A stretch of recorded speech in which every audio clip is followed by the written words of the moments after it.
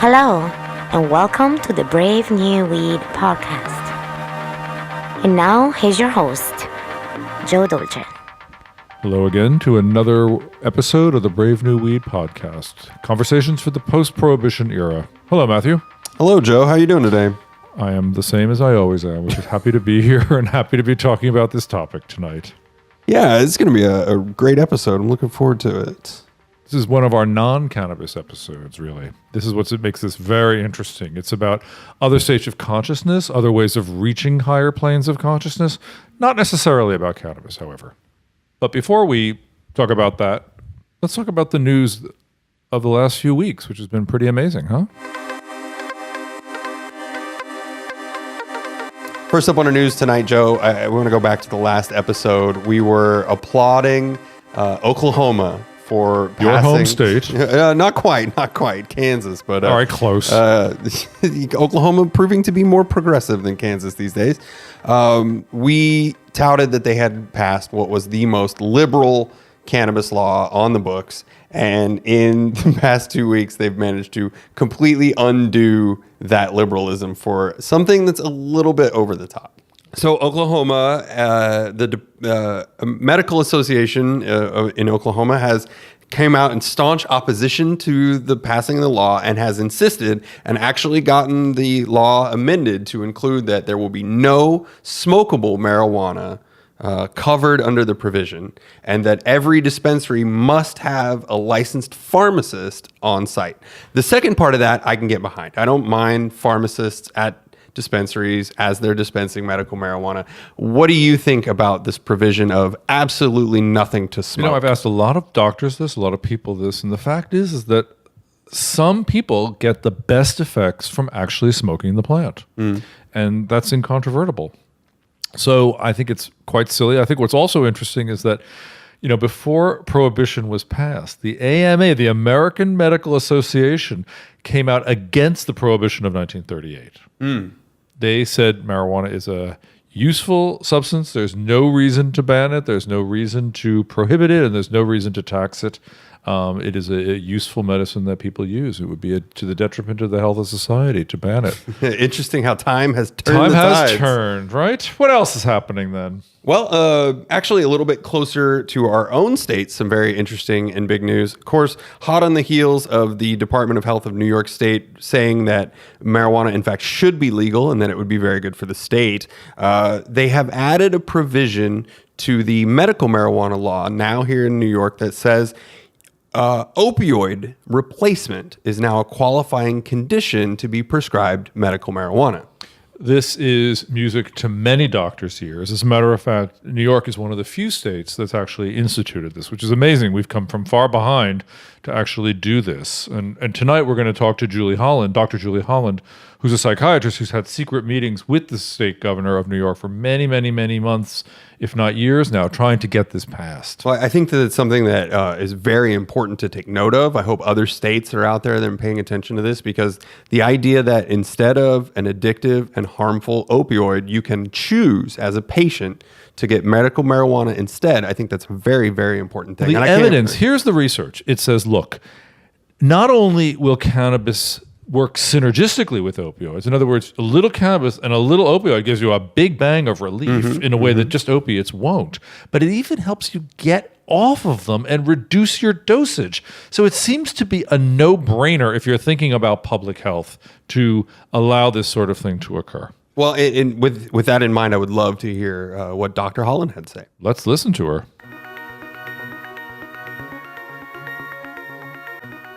Julie, great to have you today. I want to talk to you first about New York State. They finally added a new qualification to their list of qualifying illnesses, and it happens to be opiate use and addiction. Is this a good news for you? What do you think? It's great news. Back in January, I was invited to speak to some members of the New York State government and assembly members. And before I could even read my prepared statements, they asked me some question about something, and I took the opportunity to answer it by saying, the one thing you could do that would help everybody the most is to add opiate use or abuse or chronic pain just as an indication. for medical cannabis. And so now that we have chronic pain and we have opiate abuse or addiction, that is really helpful to us. As a psychiatrist, I felt like my hands were really tied where there were only so many people I could sign up for the medical cannabis program. I mean, I don't have a lot of people who have cancer or MS as a psychiatrist, but I certainly have people who have addiction, who have pain issues. And also since they added PTSD, I personally am thrilled that I can get more people enrolled in this program, even though I have tremendous misgivings about the New York medical cannabis program. We can talk about that in another podcast. Better than nothing. It's better than nothing. So New York is not the only state that allows this condition, is it? It's not the only. I know Pennsylvania was doing it, but I think we are really one of the first. There are some states like California where it was never very sort of limited. If you had any indication that a physician thought was appropriate, they could sign you up. But there are a lot of other states where it's just a list of 6 or 8 other conditions. And so in that way, New York is one of the first states to get on board. So we've gone from having a very resistant governor and governing bodies to actually being a little ahead of the game. How's this possible? What's going on in New York that might lead the way to other places? I am not sure. I'd love to know exactly what's going on. I've had I had some secret meetings with the governor's office that I'm not at liberty to disclose that went very well several months ago. And they were meeting with the right people. They were asking the right questions. They were very much focusing on harm reduction, which was new. So I think that there are some people working in the governor's office who get it, and they're trying to help the governor to also get it. I think Cuomo has always been very hesitant to embrace any of this. But I think he's seeing what everyone else is seeing. We have 30 states now with medical programs and 8 or 9 states with legalization for just adult use. The tide has turned. It's more than half the country now is using some sort of legal cannabis. So, and some of the preliminary studies are really interesting. One showed that about 250 medical patients in Michigan, those who use medical cannabis had a 64% decrease in their opiate use, fewer adverse effects from these medications, and almost half, 45%, reported an improved quality of life.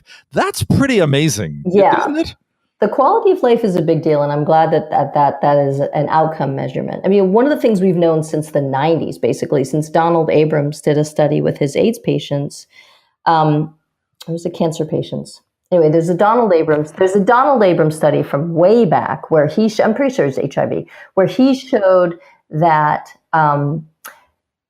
if people added cannabis to their opiate pain medicine regimen, they would take fewer pills. That once people added medical cannabis in, they naturally took fewer pain meds. And he showed that there wasn't any danger in mixing cannabis and opiates. So that was a really important landmark study. And I know Donald worked really hard to get the government to agree to do this study. And the way he had to do it basically was that he told them he was looking for whether it was dangerous to mix them. He was looking for harm. Exactly. We're looking for harm, right. Looking for harm. Then they said, okay. And then he's like, oh, so it turns out, it's not harmful. And actually this good thing happened. So since then we've all known. And also I think any doctor in California that's been working with medical cannabis has known for a long time that cannabis can help people drink less alcohol, take fewer prescription drugs, that it helps people be a little healthier and make healthier choices. It is an anti-inflammatory, which means that it not only is going to help with pain, but it's going to help the cause of pain. With opiates, it just masks the symptoms, but cannabis actually gets to the root of the symptoms and decreases them. So it doesn't just sort of sweep them under the rug. But this idea of combining, that you can add cannabis, if you're a chronic pain patient and you're taking pain meds, you can just add cannabis in and then see what happens. And what you may find happens is that you need fewer pain meds. And I've definitely seen people who are on very high dose pain meds get off them completely using cannabis. And it's been really remarkable and fabulous to see this. And I do think quality of life really improves. When people take opiates, they're kind of nauseous. They can't move around too much. They're sort of lightheaded. They can fall down more. They're super constipated. Sometimes you really get kind of depressed and dysphoric, if you take opiates every day. And everybody says it's tough. With cannabis, you're going to have a lifting of the mood as opposed to a deadening of the mood, and you are not going to have no appetite or just no get up and go. You're not so sedated, and you feel better. You don't feel worse. So for quality of life, I'm sure that any study that really measures quality of life, when you add medical cannabis in, you're going to see improvements where people are getting out of their house, they're doing things, they feel better, they're eating better, they're sleeping better. Opiates don't help you sleep. Yeah, isn't that interesting? Yeah. I mean, what's your observation? Is it oral mucosal tinctures that work best? Is it inhalation? Is it taking edibles? Do you have any observational? The thing about edibles is it's a whole different animal, basically. When you eat cannabis and your liver metabolizes the THC, your liver makes a new drug called 11-hydroxy-THC, which is much more psychedelic and lasts longer. So the difference between inhaling and eating is really significant. And I think everybody's got to sort of figure out what works for them. I think that sometimes if the main thing is insomnia, then a lot of people swear by very low dose edibles a few hours before bed. But if you're looking for a rapid onset pain relief, you're really much better off with inhalation than with eating, because when you eat it really takes a couple of hours to take hold. And also, you don't know for a couple of hours whether you've taken enough or too much. So with inhalation, you can tell in minutes whether you need a little bit more or whether you're good to go. So I do think it's sort of for titration and figuring out what your dose is, it's quicker and easier to do something involving inhalation. Tinctures work pretty quickly also, though, within 15 Sublingual, right. So the thing about tinctures is if you put it under your tongue, instead of swallowing it, and it's sublingual, that means it goes from the veins under your jaw to your heart to your brain. So that's much quicker than going to your stomach, to your liver, to your bloodstream, to your brain. So tinctures are faster than edibles, but I would say that inhalation is even a little faster than tinctures. Okay, great. Julie, thank you so much for your insight. Anything else you'd like to mention about this good and big news?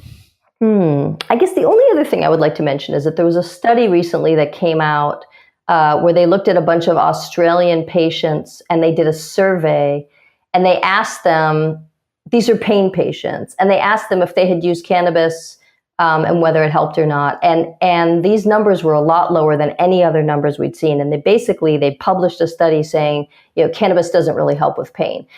Turns out this study, I'm not going to say who the authors are. I will just say it's a recent Australian study that is sort of some members of some sort of anti-cannabis people have really embraced. Turns out it was funded by a opioid manufacturer. So I just, if I have last parting words of wisdom, it's just, who benefits, who's paying for the study, who's publishing it, what do they want you to think? Because the science is pretty overwhelming here. We've known for millennia that cannabis helps treat pain, and we've known for a very long time that it is a good anti-inflammatory. So it's smart. For many instances of pain, especially if you've got what's called neuropathic pain, like pins and needles, paresthesias, opioids really don't treat that pain well, and cannabinoids do. So don't believe the hype. There's lots of strong medicine and peer-reviewed, double-blind, placebo-controlled studies showing that cannabis is effective in treating pain. And I don't think anyone needs to be swayed by one study that was a survey of people who weren't using medical cannabis, but were just sort of willy-nilly adding their own cannabis onto their prescription meds. Thank you so much for your insight. As always, a pleasure. I look forward to speaking to you again. I as well, Joe.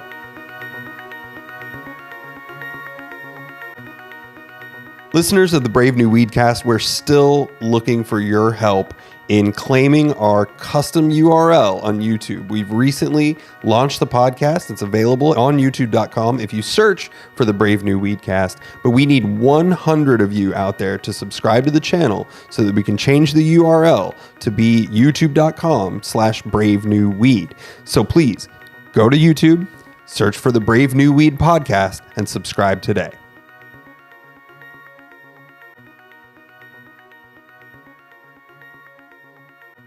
So as I mentioned earlier, tonight's broadcast is not about the world of cannabis per se.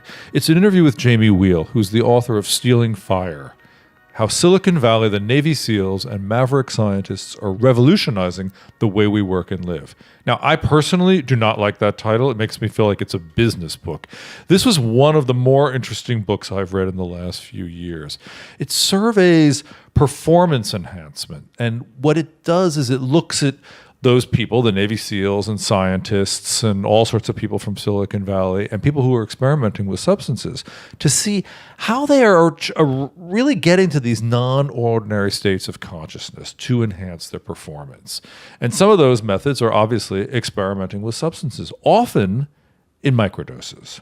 So what this book does is very cleverly and very compellingly look at psychology, neurobiology, technology, pharmacology, a little bit of religion, and wipe away all of the external surfaces. So God is really not a part of the picture here, okay?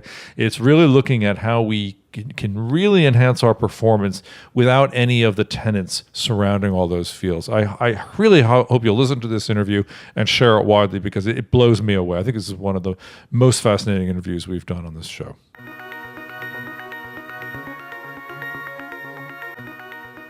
Jamie, thanks for joining today. Great to talk to you.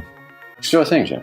Happy to be here. Your book was one of my favorites of last year. I think I gave it to 10 people to read. I thought it was so impressive, and it pulled together so many different strands in the neatest way possible. This idea of high performance, optimal performance, neurobiology, pharmacology, the search for ecstasy. How did it occur to you to even begin to tie these various topics together? That's a great question. I mean, I think the simplest is just that's the way I've always thought about it. And, my academic background was in sort of historical anthropology, and I spent a fair amount of time kind of poking around utopian social movements as well. So everything from, classical era stuff like the Eleusinian Mysteries all the way through 18th, 19th, 20th century stuff, all the way through the 60s and the counterculture, and just was really forever fascinated for myself on what was this lineage? What was this sort of strange, ephemeral chain of events and culture that seems like it's kind of hopscotched around the world and through the centuries, that seem to nonetheless stitch together in a amazingly coherent way. And it really felt like that sort of that battle or that dialectic between the priests and the Prometheans, between the people stealing the fire and sharing it, and the sort of organized powers that be always looking to lock it down. That just seemed to be such a fascinating pattern. And I guess those were just kind of the natural pegs that I found myself hanging all the little bits of research and stuff on over the years. And then Stealing Fire was just the chance to kind of put it all in gear and just sort of tell the story end to end. Yeah, the same interests have always been in my mind as well. I was always disappointed by the fact that Utopia never seemed to make it. Never seemed to make it more than about 20 years, did it? Yeah, funnily enough, I'm literally doing a Facebook Live this afternoon on, basically ethical cult building and how, and why are practices of ecstatic or cult communities of ecstatic practice so wildly unstable and problematic. What about today's communities of ecstatic practice? Let's talk about that, because as you point out, they are so widely. They're happening in so many different places, in so many different varieties, in so many different forms, and it almost seems when you frame it like that it's a movement, sort of a diffuse movement that has really, in fact, caught fire today. What do you think? Well, about which bit of that? That is about 6 questions. About the idea that they're happening in so many different little pockets in so many different ways. I mean, you can look at Burning Man. You can look at the community of meditators. You can look at people who are trying to achieve peak performance. You can look at religion still and say, yes, these people are in search of ecstatic experience. Yeah, I mean, I think that's pretty well said. I had a sort of mild aha moment a few years ago when we had just been at Google and we were speaking on kind of, neuroscience of peak performance, this kind of thing. And we were expecting, somewhat naively that Google was just this Disney World utopia of amazing culture. And the reality was we gave a talk about sustainable high performance. And then we sort of had people coming up to us afterwards, almost with Stockholm syndrome, like, you don't know what it's actually like here. You're like, we never get to use any of those perks. No one dares kind of lose their place in line. And then other people saying, hey, by the way, our entire engineering team is microdosing. And then like the next week we were down in LA at the Bulletproof conference, and there were, amazingly muscled, photogenic kind of CrossFit folks, doing all kinds of stacking of pharmaceuticals. But there was also this one taste orgasmic meditation community, and the women there had their T-shirts on saying "powered by orgasm" and all this stuff. And I thought, wow, what a bunch of strange bedfellows this is. And if only they knew, and if only we all knew just how much they were all barking up the same kind of neurophysiological tree. They were all trying to get to the same stuff, and the guys who are listening to Joe Rogan's podcast and are huffing down DMT in heroic quantities just because Joe said it would be a good idea, or just really fucking strange, like you realize, wow, this is absolutely happening in a very dispersed way. Many of the folks that are participating in it wouldn't recognize each other on the street because they have different customs, language, even geographies. They would absolutely see each other as total strangers. And then and it's sort of apolitical and crosses both coast and divide. So you end up with the sort of giant phenomenon of Jordan Peterson these days, where you have clearly a massive meaning void for a large swath of generational populations, especially young white men. Wait, I don't know who is he? I don't know who he is. Oh, wow. So Jordan Peterson is a Canadian psychologist who is, several people, including David Brooks at the Times, have pegged him as the most influential Western intellectual alive right now. And he just came out with a book called 12 Rules for Life, I think, that rocketed to the #1 bestseller. Now that I've said it, you won't be able to avoid it. Okay.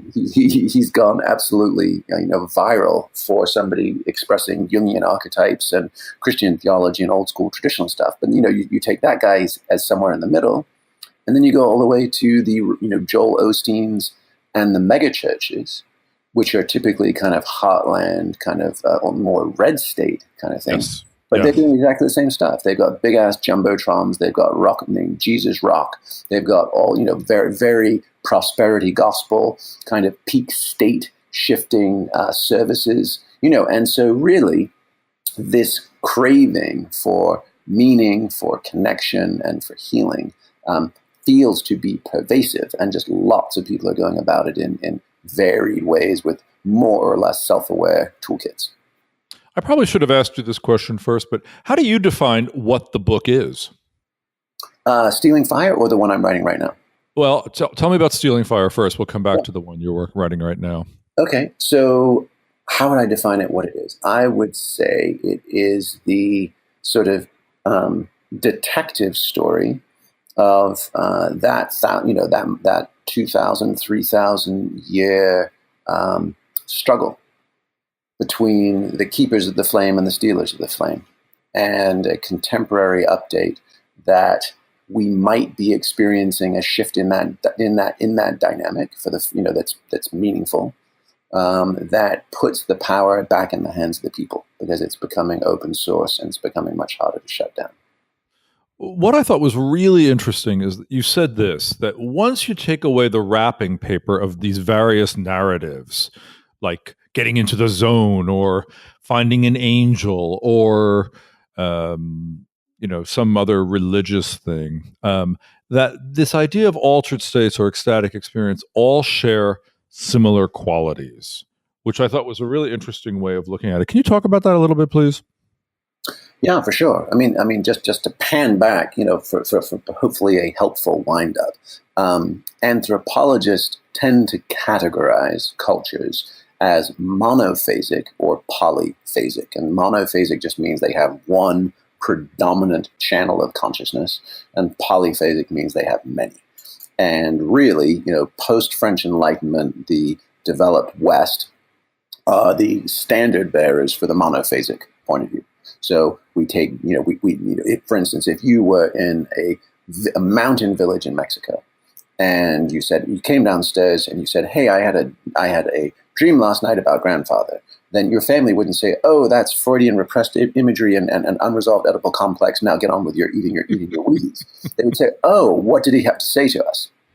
And they treat it as a valid mode of discourse and information exchange. The same thing with possession. There's a fascinating study where folks, in Haiti, and obviously, absent all the recent political and ecological catastrophes there, but in their somewhat steady state culture, they had a very low incidence of psychosis because, but on several times a year, they roamed the streets, and possession was a fully viable mode of basically sublimating psychological needs and impulses. So whether it's dreams, whether it's vision states, whether it's possession, whether it's premonitions, ESP, etc., many cultures have multiple modes of awareness, and they recognize them as legitimate and valid domains of inquiry and experience. The West, on the other hand, has, relatively speaking, collapsed to a monophasic channel. So basically, this is almost like our radio knob has become rusted shut, and we are on what you could call now 21st century waking normal. Tired, wired, stressed, and that has a very specific neurobiological signature. So it's accelerated beta waves on the neuroelectricity. It is excess rumination in the default mode network. So I'm either daydreaming neurotically, or I have very strong executive functional control. So a lot of prefrontal cortical activity. I tend, on a hormonal endocrine neurotransmitter level, I tend to have a lot of norepinephrine and cortisol coursing through my system. So kind of perpetual fight-flight sort of situations, which just... A lot of stress, high stress on that one. Yeah. Keeps us alive. Our cardiac state is often... It's not anabolic, meaning it's healthy and coherent. Heart rate variability, we're catabolic, so it's kind of erratic and scattered. Poor vagal nerve tone, poor respiratory air exchange, hunched and collapsed posture. I mean, you can kind of just, go down the list of the neurophysiological correlates of how do we feel when we feel like that most of the time, and it's pretty shitty. And interestingly, if you kind of picture this on a 2x2, or on a sort of matrix, then ultimately you realize, wow, a whole bunch, basically anything other than that is a non-ordinary state, sort of by default. And when our brain waves shift into alpha, slow down into alpha or theta, or way down into waking delta, which is a fairly rare one, or occasionally spike into gamma, interesting things tend to happen. When we either hyper-connect our neural networks, whether that's the use of psychedelics or certain meditations or certain smart technology like transcranial magnetic stimulation, or we hypo-connect and we power or shut down different parts of our brain, different interesting states of consciousness happen. The same with our breathing and respiratory states when we shift the balance between oxygen, nitrogen, and carbon dioxide. Fantastic and interesting things happen, from anti-anxiety and relaxation all the way to getting primed and ready for a physical performance, all the way to completely transcendent experiences. Wim Hof has been, quite the rage and trend lately. Holotropic breathing before that. So what we realized is, you're like, holy shit, okay, once you realize that those are the neurobiological knobs and levers, you can do an end run around a whole lot of culture and storytelling about any and all of these practices. And in fact, you can just create paint by numbers consciousness shifts. You're like, oh, let me just keep an ear out for any practice, behavior, or intervention that checks, 2 or more of these boxes. And if they work, and then you can combine them, you can create fundamentally any state of consciousness you want. And you can do it in increasingly efficient and precise ways. So that you basically, instead of sort of fishing with dynamite, like a heroic 500 micrograms of LSD like they would do in the 60s, you can sort of learn to fly fish. You can be very, very precise, and you can create a highly useful, minimally disruptive ecstatic state or non-ordinary state just by adjusting the noms and levers. And that to me that's fascinating. That's super cool. So that was an incredibly packed answer, and I loved every word of it. But the 4 qualities you drew out that sort of unite all of these, what do we call them? Higher performance states, if you will, ecstatic states and altered state, are the following 4 things: a sense of selflessness, timelessness, effortlessness, and richness, right? So what you're saying is that, let me see if I got this right, is that, okay, if you're microdosing, or if you're doing some high performance workout, or if you're a meditator, you will achieve these 4 states at some point if you do this effectively, and that will bring you into the altered state, right? So it's sort of, those are the qualities that don't have anything to do with the story. So it doesn't have anything to do with religion, doesn't necessarily have anything to do with possession if you're in Haiti. Or being spoken to by an ancient one if you're in the Day of the Dead ceremony in Mexico. Is that correct? Yeah, I'm not entirely sure of the verbs and the kind of correlation and causation exactly as you said it. Simply that, but I pick up with you on the idea that selflessness, timelessness, effortlessness, and richness is content neutral, right? So the idea is those are sort of subjective categories of experience, but we haven't done a bunch of excessive meaning making or storytelling about them. So in that respect, and obviously it depends on the door you walk through, which of those qualities or experiences take front or back seats, so but in general, yes, I would say that those 4 categories tend to co-arise in varying proportions in most non-ordinary states that are desirable, because obviously schizophrenia is also a non-ordinary state. Yes. And so what we're obviously that the asterisk is healthy, helpful, beneficial, pleasurable ones for the most part. Now, it's not all, you can't always pick your poison, and sometimes you can have wild ass rides that you would never. I mean, people who have engaged with ibogaine, the African root. Yeah.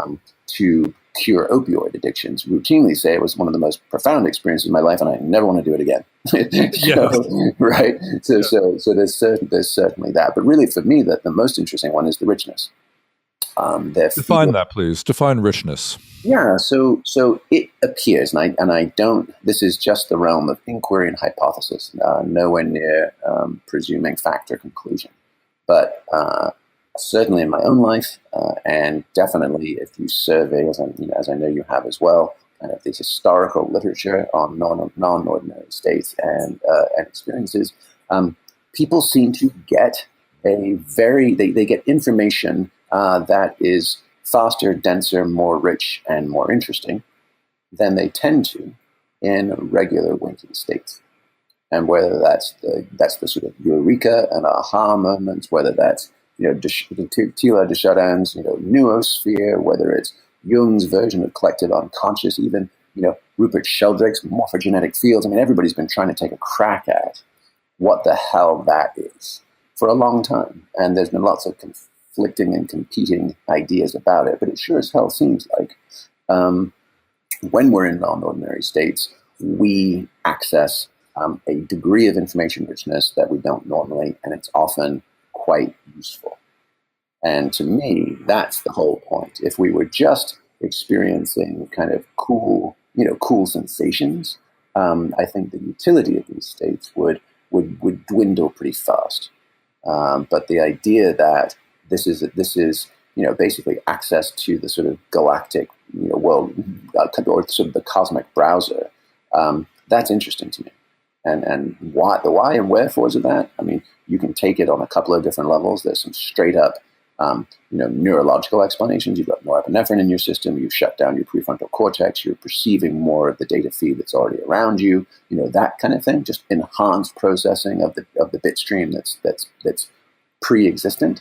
And if that's as far as you want to take it, you can stop right there, and that's a credible explanation.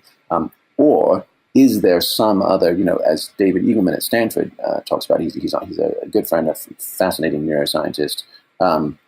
He's talked about the brain as essentially radio tuning instrument, that we are literally picking up signal. Or is it something more along those lines? Not sure. But it sure seems interesting. And it feels like if we have a hope of fixing things, both ourselves and the, global challenges we're looking at these days, that access to that kind of enhanced information and cognition feels really useful.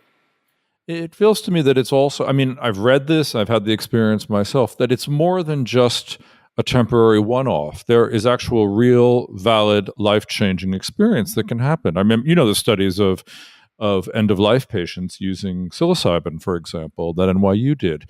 Those people felt that it enhanced their lives in a perpetual way, not in just a one-off 4-hour journey, for example. Yeah, absolutely. And of course, the challenge on the leading edge of this cultural movement is obviously, where if that's the gas, like, hey, everybody should have more non-ordinary state experiences. Woohoo! Which is in some respects the case we made in Stealing Fire, but also with lots of caveats. And bringing it back to the human experience, bringing it back to our wounding, bringing it back to the potential excesses and pitfalls.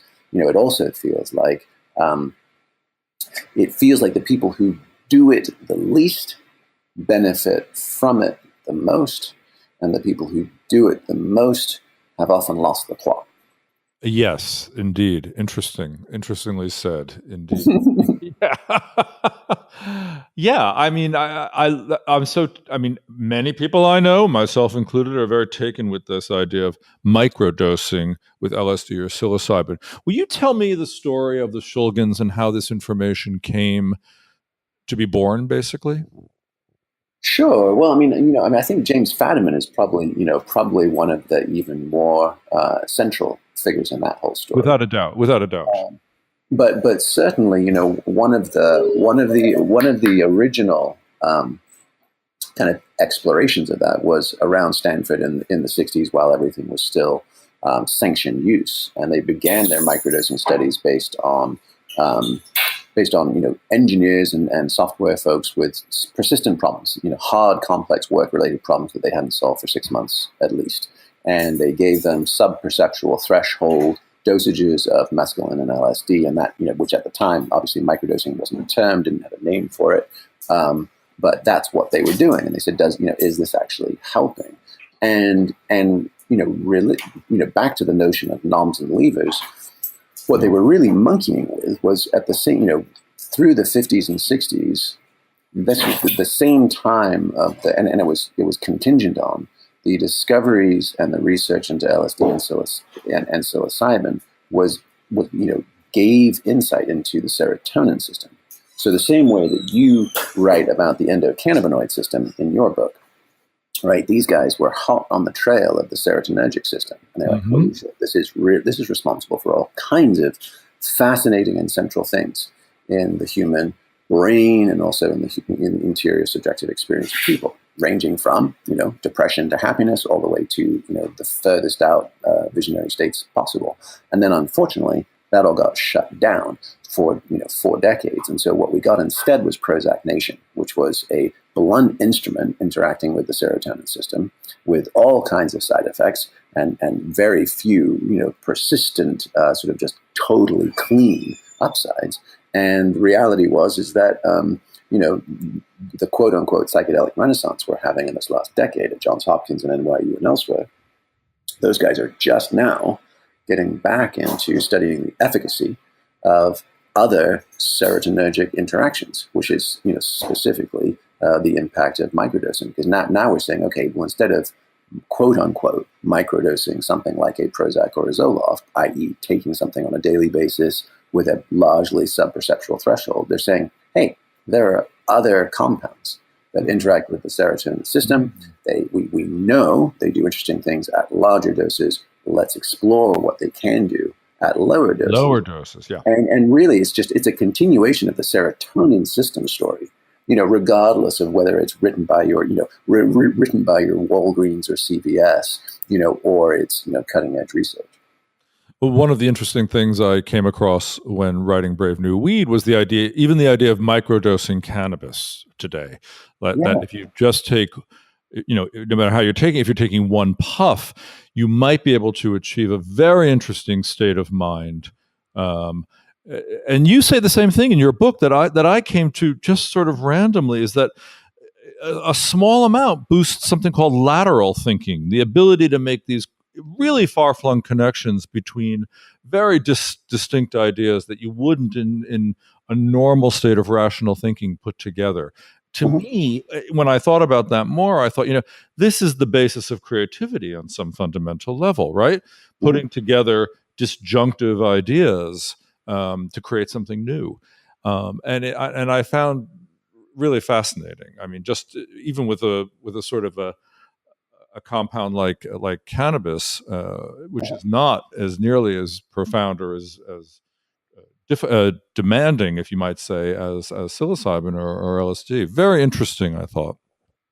Yeah, I mean, and again, back to that notion of the monophasic or the polyphasic. The idea is not simply, waking state consciousness bad, tripping balls good. It's the sense of just versatility.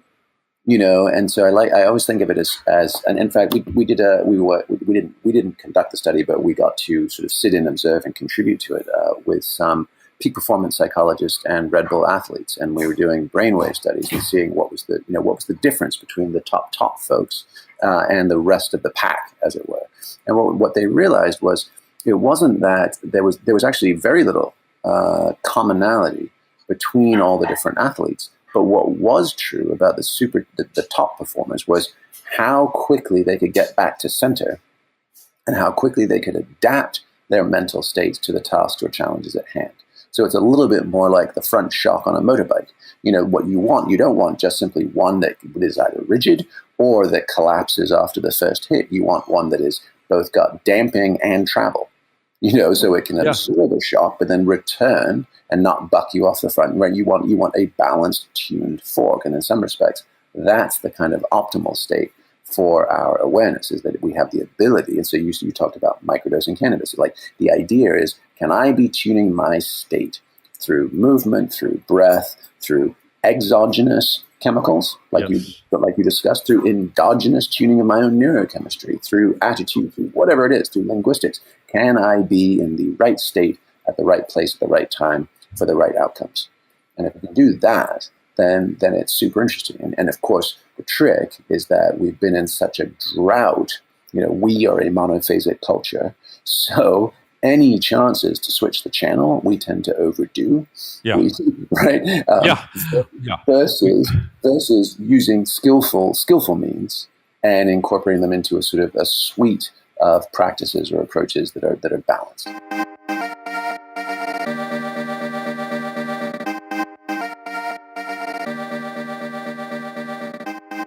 You talk really interestingly about Nicole Kidman and her frozen face. I found this really fascinating because I was obsessed by her frozen face for many years. And how she actually comes on, I think it was the Academy Awards one year, and says, okay, that's it. My face is going to unfreeze. I'm going to stop doing Botox. Yeah. And how it actually changed her life. Will you recount that for me, please?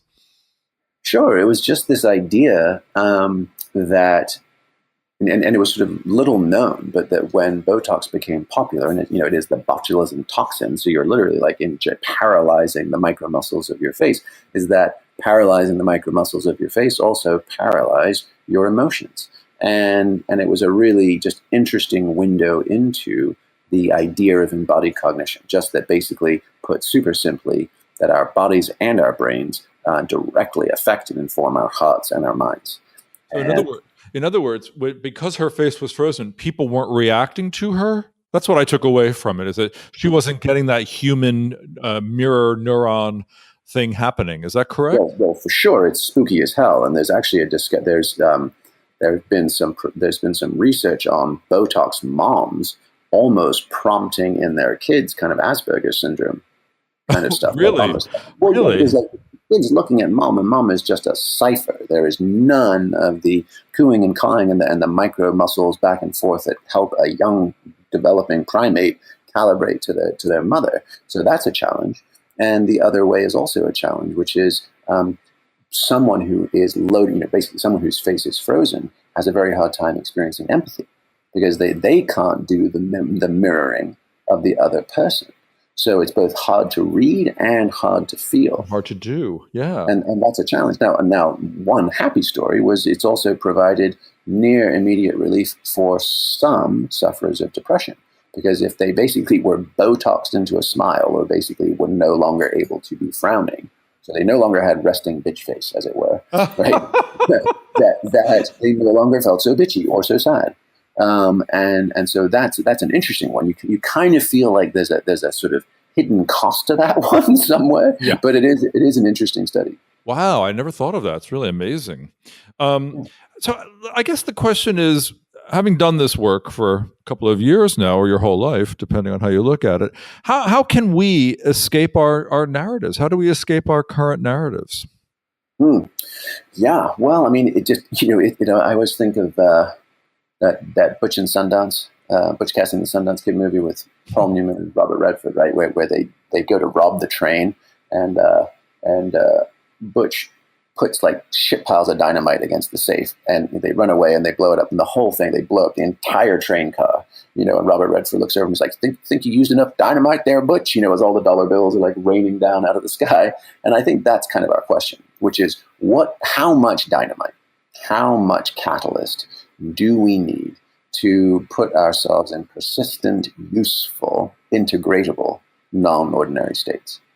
And for some folks, that might just be nothing more than daily meditation or, let's say, a week-long silent meditation retreat. For other people, they may need a heroic dose of an industrial-strength psychedelic, or some crazy-ass, ultra-endurance, 100-mile marathon or mountain climb.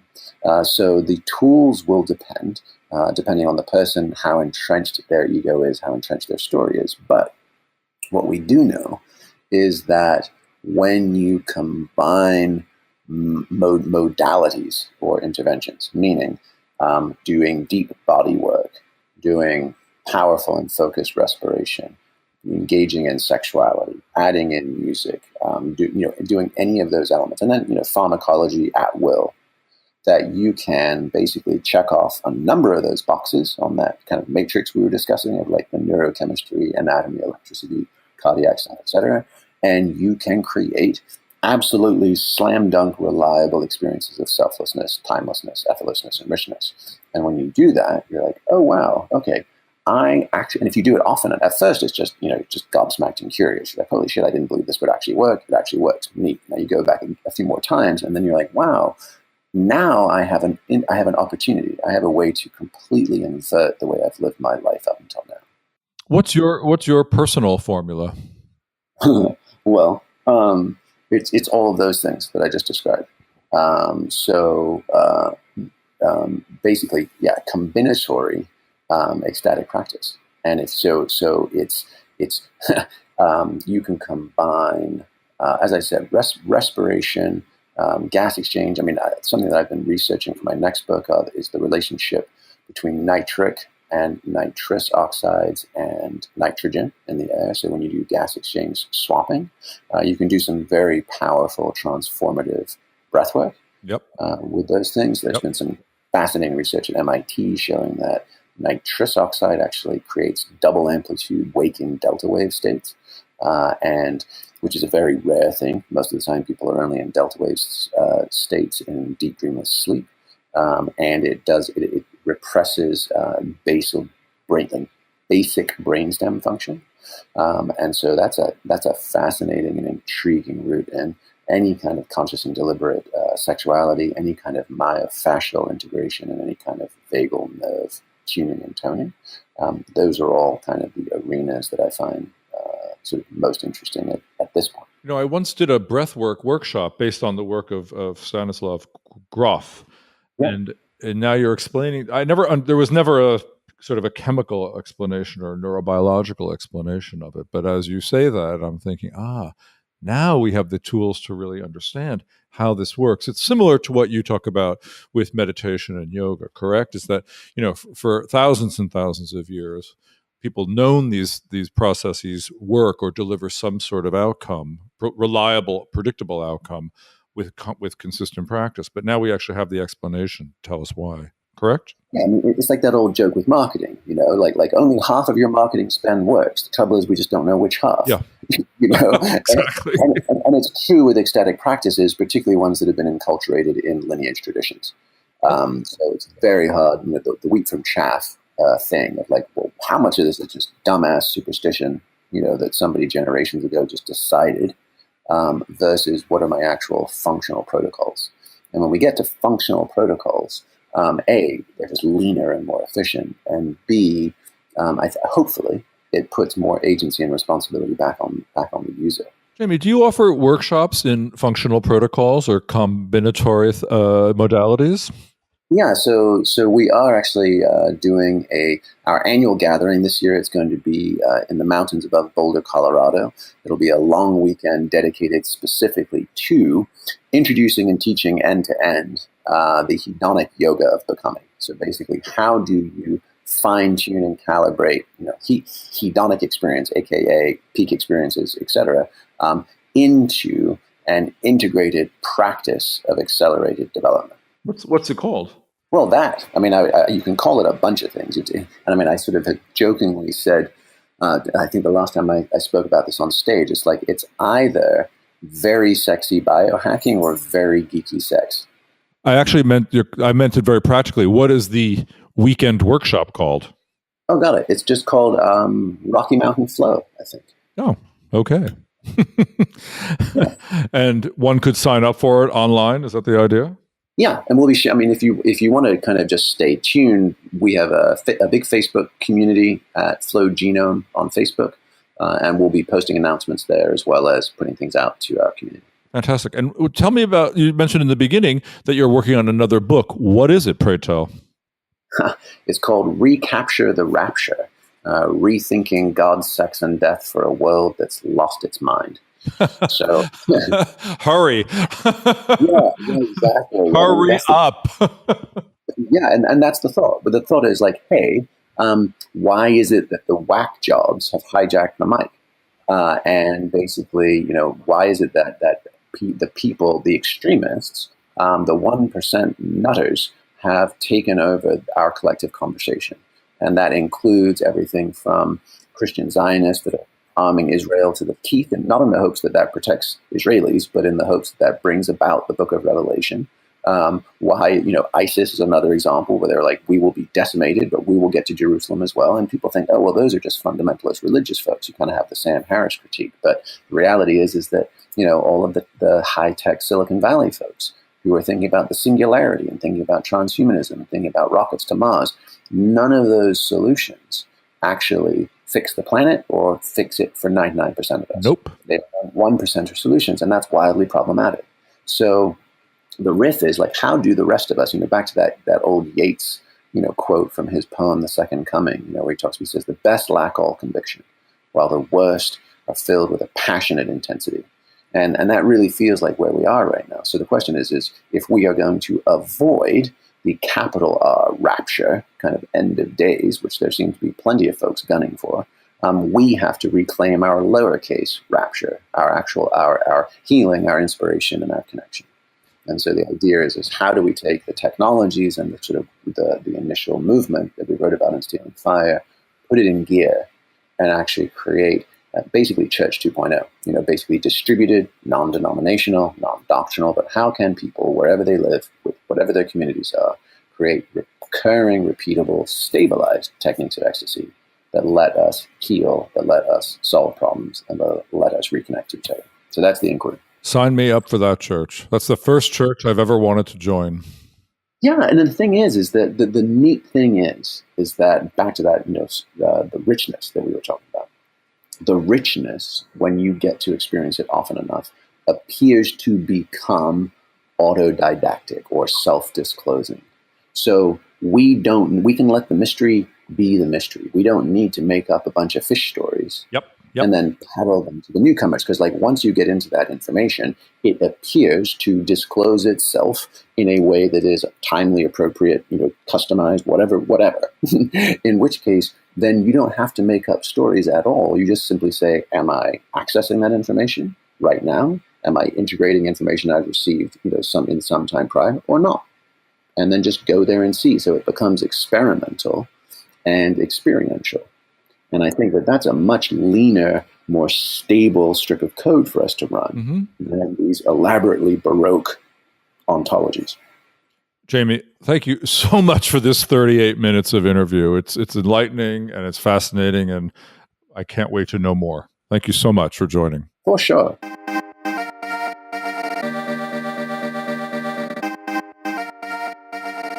Joe and I will continue to publish every episode of the Brave New Weed podcast for free for you, our listeners. But we could always use your support. If you've got a little extra change rattling around in your pocket, you can cruise over to patreon.com/bravenewweed and become a supporter of the show. Everything that you'd pledge to support helps us to increase the guests that we can have on the show, even eventually the frequency of the show. And we have a great set of rewards out there, including copies of Joe's book, invites to special events that we will do in New York City, all sorts of fun things. So if you're enjoying the podcast and you would like to support us, visit patreon.com/bravenewweed today.